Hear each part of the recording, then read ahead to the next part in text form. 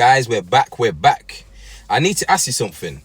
If I gave you two choices right now, one, you get to look rich. You've got the fancy car, the designer clothes, the Instagram lifestyle, but your bank account's empty. Your credit card's maxed out. And you're one paycheck away from disaster. Or two, you actually are rich, but you've got no flashy car, no designer labels, and you probably, like I said, you probably won't even turn no heads, right, when you're walking down the street, but you have freedom. You can take months off work, you can pay cash for emergencies, and you can say yes to opportunities that most people can't even consider. Which one are you picking? Like, honestly, which one are you picking? I'm waiting, just let me know.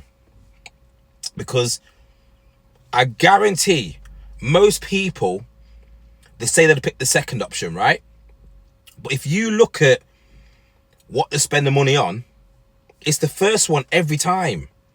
And the truth is, this one decision could be the difference between being broke forever or retiring decades earlier than your friends, right? Because the thing that I find is our culture, it rewards looking successful more than actually being successful.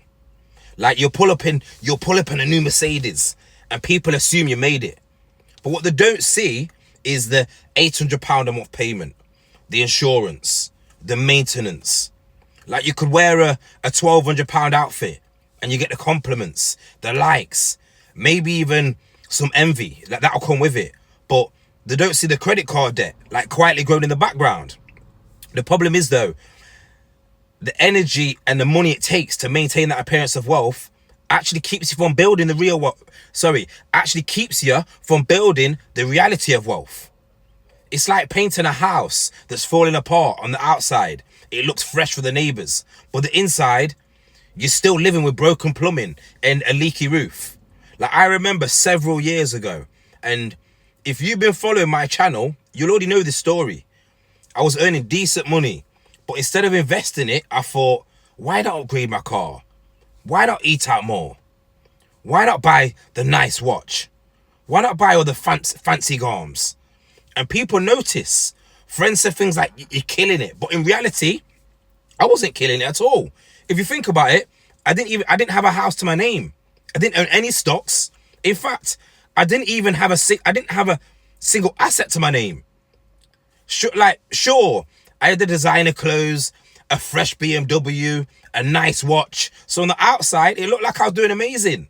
But then one day, I had a conversation with a guy I know, and he told me straight, you're doing it all wrong. He explained investing, saving, and budgeting, not so I could just have more money, but so I could have freedom. And straight away, I took action. And within 1 year, I bought my first house. Like the rest is history. And I'll share more of that another time. But to cut it short, that was the moment I decided I'd rather have money in my bank account and in assets that will benefit me and my children than put money into my outfit or park it on my driveway. Or at the very least, get myself financially right first and then buy the nice things after. This is what I preach all the time, because what I actually clocked since being on that journey is real wealth. More time looks boring. It literally, it does. The millionaire next door, he's driving a 6-year-old Toyota, wearing the basic jeans, a t-shirt. The socials is quiet. Why? Because their money's working for them, not against them. They've got investments, not just purchases. They've got time, not just things. They sleep better at night because their bills are covered and their future is funded. Like, you got to understand, wealth isn't about how much you spend, you know. It's about how much you keep and how much freedom it buys you. Because at the end of the day, right, if your lifestyle requires every pound you make to keep it, like I say, to keep it going, you're not rich. You're trapped in a very expensive cage. It's as simple as that, bro. Like, don't get me wrong. I know looking rich is tempting. And you know why I know that? Because I've been there. Like, it feels good. It feels good, like I said. You get the validation. You get the likes. People treat you differently. And in a world where we're constantly comparing ourselves to others, so like comparing ourselves to other people's highlight reels, it's easy to start spending to keep up. But you know what? Those same people that you're trying to impress and keep up with are the same people that's probably broke too. Like, they're just hiding it well. Like, if you need other people's approval to feel successful, you'll always be broke, because approval is rented, and the rent, we know when it's due. It's due every month. So how do you pick being rich over looking rich? Okay, like how do you do it? First off, spend less than you earn, no exceptions.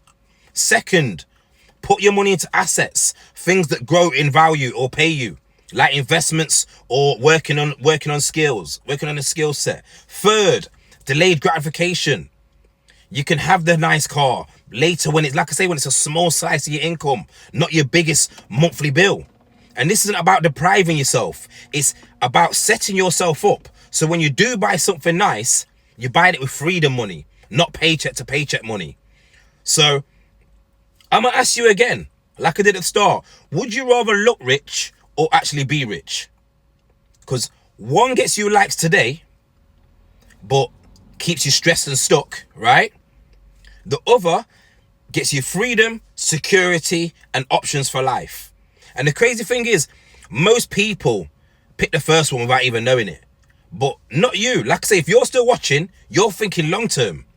And if you stay consistent, your future self will thank you. It's as simple as that. So we're going to leave it there. But for more real money strategies that build wealth without killing your lifestyle, hit the subscribe, because we're just getting started. We are. Peace.